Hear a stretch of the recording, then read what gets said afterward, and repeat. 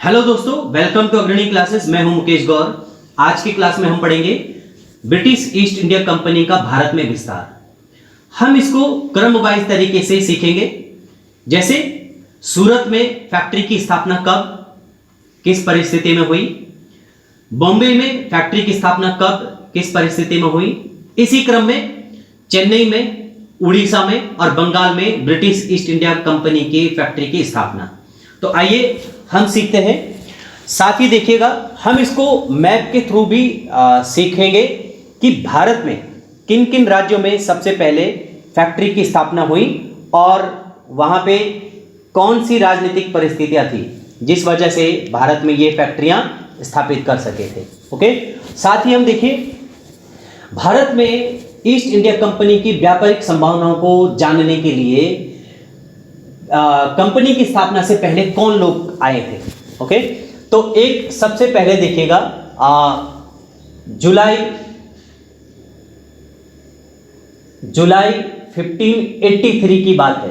जुलाई 1583 में Ralph Fitch नाम का एक व्यापारी था। इसको ओरमुज द्वीप में गिरफ्तार किया गया था। ओरमुज द्वीप में गिरफ्तार हुआ था। ओके, और गिरफ्तार करके इसे गोवा लाया गया था। गोवा लाया गया। ओके, जहां इसको गवर्नर के सामने प्रस्तुत किया गया, लेकिन जेसुइट पादरी की गारंटी से ये छूट गया था, इसको रिहा कर दिया गया था। इसके बाद इसने भारत में भ्रमण किया और फिर 1591 में इंग्लैंड चला गया। ओके, इंग्लैंड चला गया। देखिए, इसको गिरफ्तार क्यों किया था? गिरफ्तार किया गया था कि ये जासूसी करता है, ये जासूसी कर रहा है। ओके, तो चलिए, ये 1591 में वापस चला गया, जहां ये कंपनी के लिए एक प्रमुख सलाहकार सिद्ध हुआ था। इसके अलावा एक और भी सलाहकार था या एक और प्रमुख व्यक्ति था जो भारत में कंपनी के लिए व्यापार की संभावनाएं देखने के लिए आया था। उसका नाम था John Milton Hall. John Milton Hall. तो ये लोग आए, इन्होंने भारत में कंपनी के लिए व्यापार की संभावनाएं खोजी, जिसके बाद फिर ईस्ट इंडिया कंपनी 1600 ईस्वी में भारत आई। ओके, भारत में कंपनी, ठीक। जब ये कंपनी भारत में आई थी, उस समय पर भारत में मुगल बादशाह थे अकबर। ओके, और इंग्लैंड में इस समय पर ट्यूडर वंशीय, ट्यूडर वंश की रानी थी एलिजाबेथ फर्स्ट। एलिजाबेथ ने ही कंपनी को, ईस्ट इंडिया कंपनी को 15 वर्ष के लिए, 15 वर्ष तक का चार्टर दिया था या अधिकार पत्र, अधिकार। ओके, अब देखिए, बाद में ये जो ट्यूडर वंश के बाद यहाँ इंग्लैंड में स्टुअर्ट वंश का शासन शुरू हुआ। तो स्टुअर्ट वंश का पहला शासक था इंग्लैंड में जेम्स फर्स्ट। तो जेम्स फर्स्ट ने अपना एक राजदूत हॉकिंस, विलियम हॉकिंस को भारत भेजा, और भारत में हॉकिंस मुगल दरबार में गया। तो मुगल बादशाह था इस समय पर जहांगीर, जो जहांगीर के दरबार में आया। ओके, हॉकिंस ने भारत में ईस्ट इंडिया कंपनी की फैक्ट्री खोलने की अनुमति मांगी थी। हॉकिंस ने 1608 में सूरत में फैक्ट्री का प्रयास किया था, फैक्ट्री खोलने का प्रयास किया, फैक्ट्री स्थापना का प्रयास किया। ओके, देखिए, ये हॉकिंस तुर्की भाषा और फारसी भाषाएं जानता था, जिसकी वजह से जहांगीर से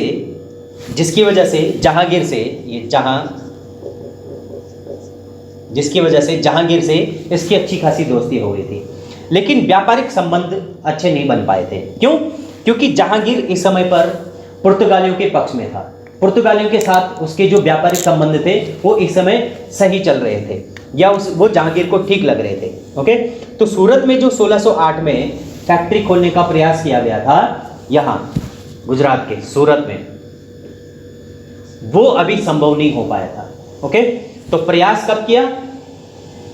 प्रयास एग्जाम में क्वेश्चन आता है कि ब्रिटिश ईस्ट इंडिया कंपनी ने सूरत में फैक्ट्री खोलने का प्रयास कब किया था, तो वो उसका क्या आंसर होना चाहिए? 1608 में। ओके, अब देखिए जब सूरत में इनको फैक्ट्री खोलने की अनुमति नहीं मिली तो हॉकिंस वापस चला गया 1611 में, लेकिन अब एक और अंग्रेज अधिकारी को भारत में भेज दिया गया था, उसका नाम था कैप्टन बेस्ट। ठीक है, लेकिन यहाँ देखिएगा 1611 में जब सूरत में फैक्ट्री की स्थापना नहीं हुई तो फिर आंध्र प्रदेश के मसूलीपट्टनम में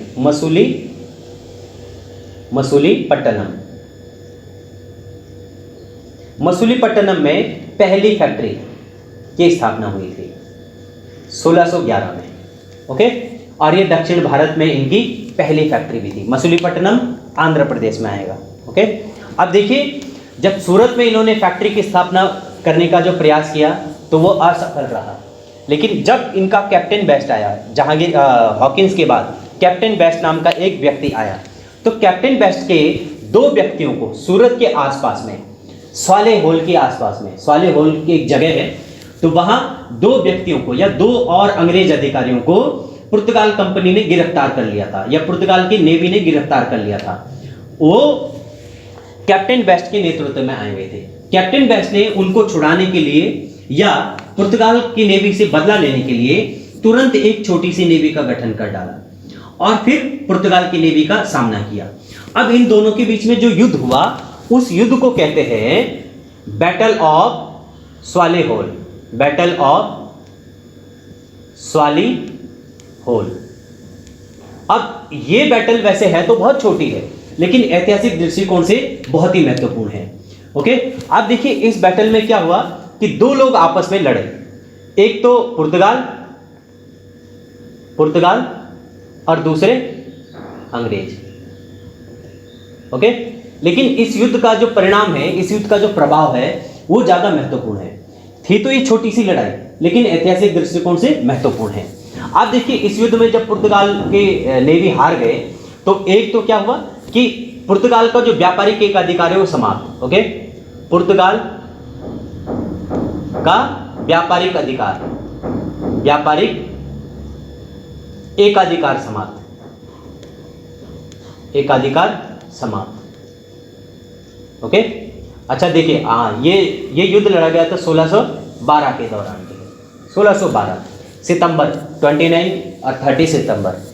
तो देखिए ये इसका प्रभाव एक क्या है कि पुर्तगाल का व्यापारिक एकाधिकार समाप्त हुआ। दूसरा देखिए भारत में अंग्रेजों को ये बहुत जल्द समझ में आ गया कि यहाँ व्यापार में टिकने के साथ साथ हमें अपनी व्यापारिक कोठियों को सुरक्षित भी करना है, जिसके लिए हमें पुलिस या सेना का गठन करना होगा और अपनी नेवी को भी काफी स्ट्रॉन्ग करना पड़ेगा।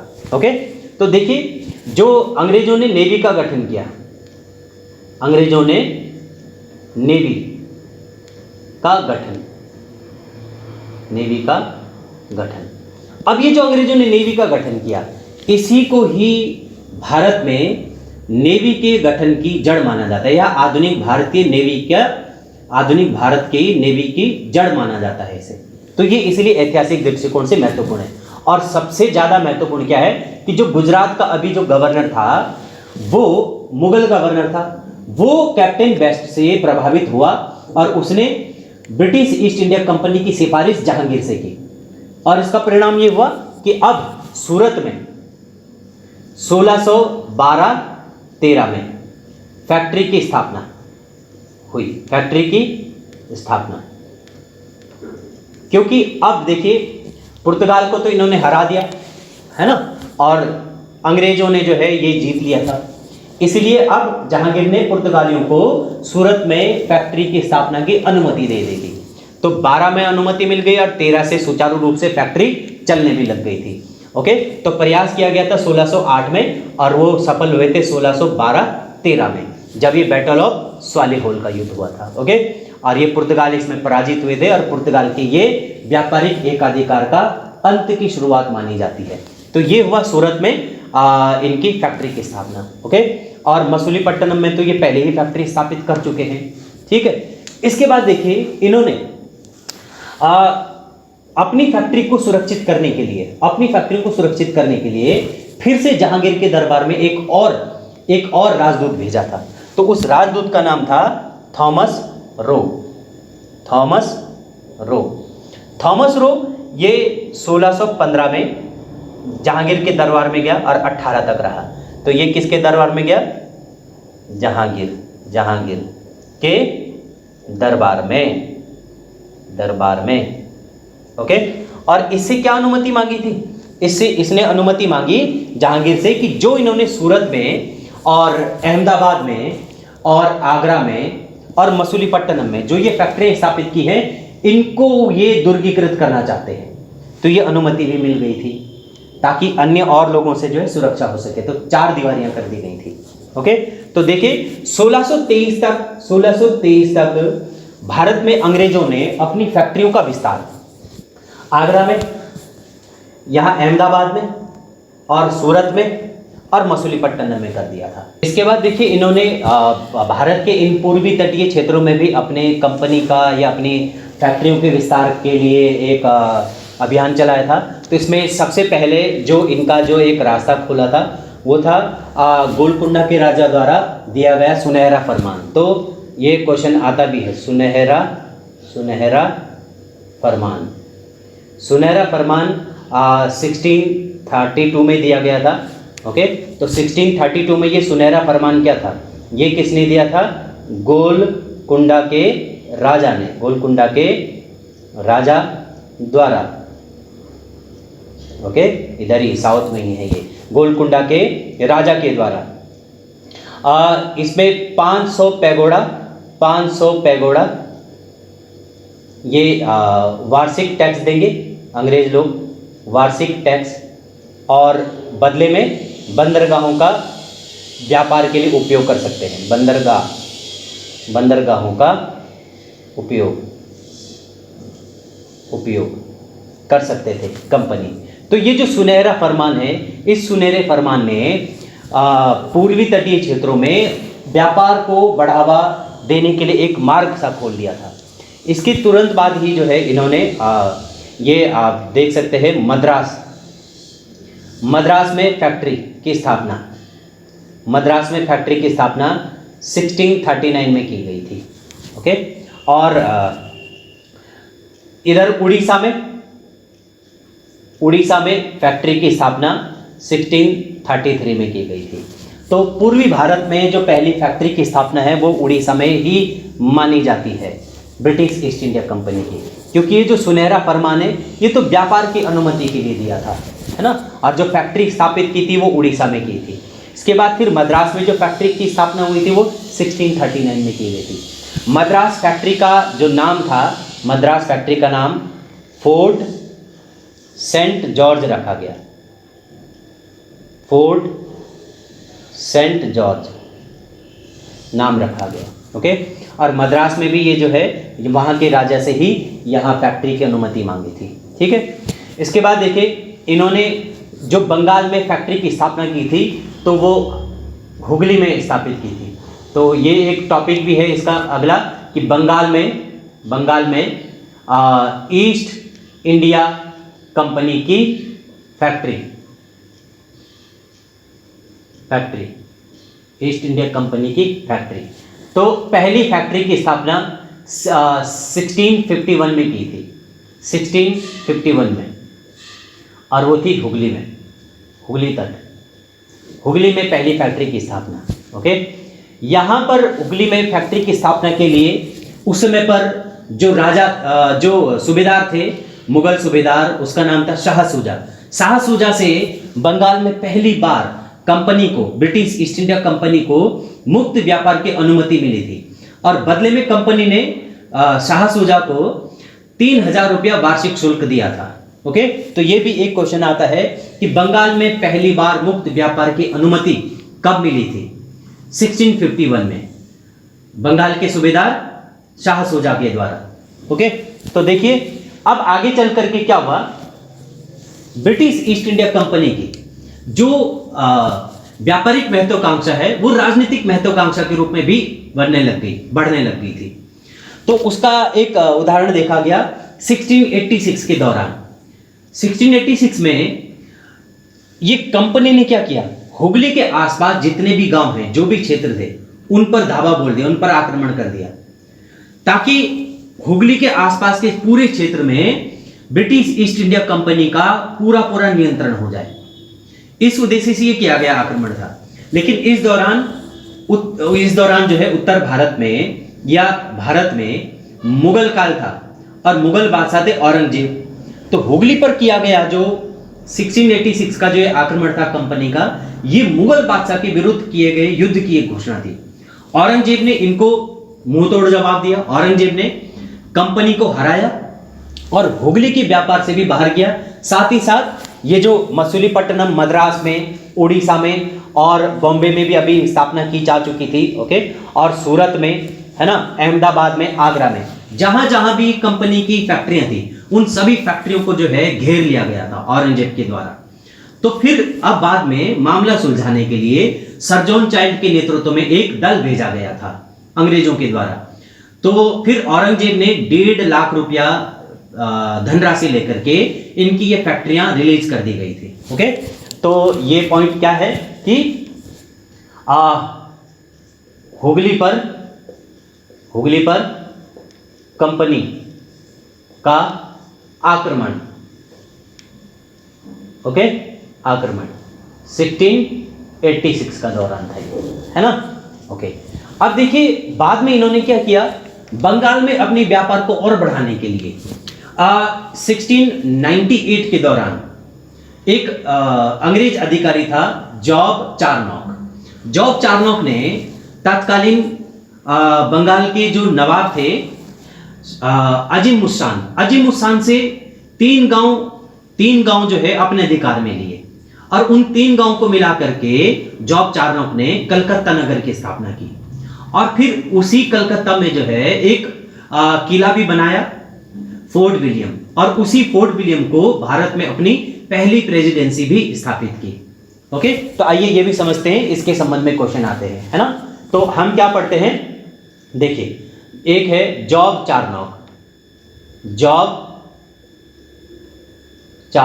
या चार्नॉक। जॉब चार्नॉक ने किससे मुलाकात की, अजीम मुस्तान से। अजीम मुस्तान ये कौन है, नवाब है या सूबेदार है, सूबेदार बंगाल का। अजीम मुस्तान से 3 गांव लिए। उन 3 गांव के नाम देखिए, सूता नाटी, कालीकता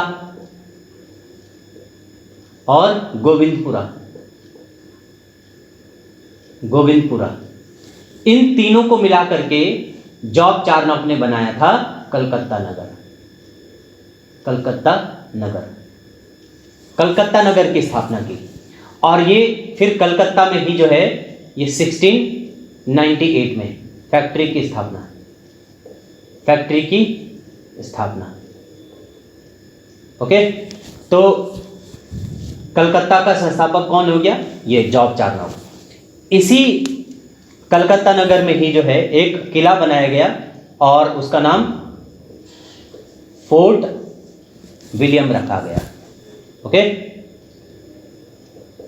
फोर्ट विलियम, और फोर्ट विलियम को ही पहली प्रेसिडेंसी बनाया गया, प्रेसिडेंसी बनाया गया, फर्स्ट प्रेसिडेंसी। और इस प्रेसिडेंसी का पहला अध्यक्ष चार्ल्स आयर को बनाया गया। ओके, आप देखिए ये एग्जाम में क्वेश्चन आते हैं कि फोर्ट विलियम का संस्थापक कौन है, तो वह है job Charnock. Fort William presidency का पहला अध्यक्ष कौन है, चार्ल्स आयर। ओके, तो ये है।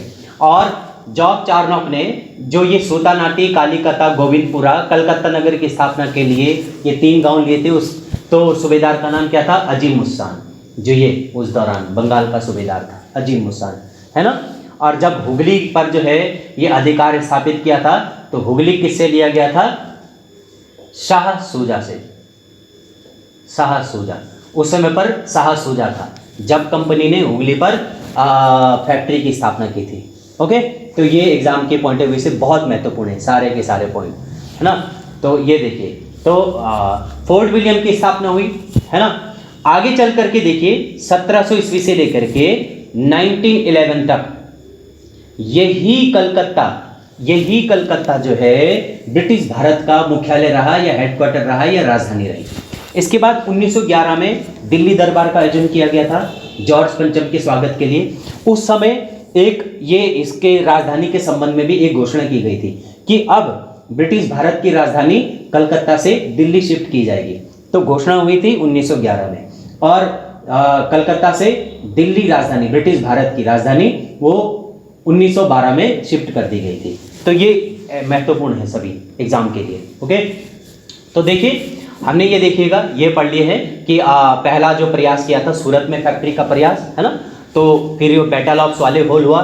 बैटल ऑफ स्वाले होल में अंग्रेजों ने किसको हराया था? पुर्तगाल को हराया था, है ना। और फिर उसका परिणाम क्या हुआ कि पुर्तगाल में जो है पुर्तगाल का जो है भारत में व्यापारिक एकाधिकार हुआ समाप्त, है ना। और जहांगीर ने सूरत में 1612-1613 में अंग्रेजों को फैक्ट्री की खोलने की अनुमति दे दी गई थी। ओके, और फिर जो है ये पूर्वी तटीय क्षेत्रों में इन्होंने जो फैक्ट्रियों की स्थापना की, वो सबसे पहले देखिए सुनहरा फरमान, है ना, गोलकुंडा के राजा के द्वारा दिया गया था। ठीक है, फिर इन्होंने मद्रास में फैक्ट्री की स्थापना की, उड़ीसा में भी फैक्ट्री की स्थापना की, मसूलीपट्टनम में तो सबसे पहले ही फैक्ट्री की स्थापना की जा चुकी थी। ठीक है, अब ये जो है बॉम्बे है, बॉम्बे की बात करते हैं। बॉम्बे में इन्होंने जो फैक्ट्री की स्थापना की थी 1668 के दौरान, 1668। ओके, आप देखिए, तो बॉम्बे में 1668 के दौरान इन्होंने फैक्ट्री की स्थापना की थी। ये कंपनी ने इसको अपनी जो ब्रिटेन की सरकार थी उससे प्राप्त किया था, उससे लीज पर लिया था। ये जो बॉम्बे है ये पहले पुर्तगाल के अधिकार में था। 1622 में पुर्तगाल की राजकुमारी का विवाह हुआ था ब्रिटेन के राजकुमार से। ओके, तो ब्रिटेन के राजकुमार से जब विवाह हुआ तो बॉम्बे द्वीप उनको दहेज के रूप में मिला था। फिर उसके बाद 1668 में जो बॉम्बे है वो इन्होंने दे दिया कंपनी के लिए। ओके, तो यहां पे फिर कंपनी ने फैक्ट्री की स्थापना की थी। ओके, कंपनी ने फैक्ट्री की स्थापना। इसके बाद देखिएगा जो एक बॉम्बे है इसको इन्होंने मुख्यालय बनाया, पहले सूरत में था, बाद में फिर ये बॉम्बे इनका ये पश्चिमी तट में बॉम्बे कंपनी का हेडक्वार्टर बन गया था। और इसी हेडक्वार्टर से ही जो मराठा की जो शक्ति थी उस मराठा शक्ति को इन्होंने कमजोर किया। ओके, तो ये था इनका, ये अभी तक भारत में इस फैक्ट्री का विस्तार और ब्रिटिश ईस्ट इंडिया कंपनी का विस्तार। इसके अलावा देखिए एक समय जब जो उत्तर मुगल कालीन बादशाह थे उन्होंने 1717 ईस्वी में एक शाही फरमान जारी किया था। शाही फरमान फारूक सियार ने दिया था। फारूक सियार, ओके, फारूक सियार ने 3000 रुपया पर ईयर, प्रत्येक वर्ष 3000 रुपये वार्षिक शुल्क के बदले कंपनी को बंगाल में मुक्त रूप से व्यापार करने का अधिकार दिया था। साथ ही जो ईस्ट इंडिया कंपनी के सिक्के जो यहां डाले जा रहे थे, जो इनकी करेंसी थी, उसको भी मुगल साम्राज्य में चलाने की अनुमति दे दी गई थी। और बंगाल में कलकत्ता के आसपास, ये हुगली के आसपास या कलकत्ता में जो कुछ गांव यानी 38 या 40 के आसपास कुछ गांव थे जिन्हें ये कंपनी खरीदना चाहती थी अपने लिए, उन गांवों को भी खरीदने की अनुमति दे दी गई थी। ओके, तो 1717 में जो फारूक सियार ने कंपनी को एक फरमान दिया था, शाही फरमान, इसे कंपनी के लिए मैग्ना कार्टा भी कहते हैं। आज की क्लास में हम इतना ही पढ़ेंगे। यदि आपको हमारी क्लासेस अच्छी लग रही हो और आपको लगता है कि इस क्लास से आपको फायदा हो रहा है तो आप दूसरों के साथ भी ये शेयर कीजिएगा। साथ ही अगर आप नए हैं तो आप चैनल को जरूर सब्सक्राइब कीजिए, वीडियो को लाइक कीजिए, कमेंट कीजिए, दूसरों के साथ भी शेयर कीजिए। तो ऐसे ही हम आगे की क्लास में यूरोपीय कंपनियों के विस्तार का अगला टॉपिक दूसरी क्लास में पढ़ेंगे। तब तक के लिए थैंक यू, धन्यवाद।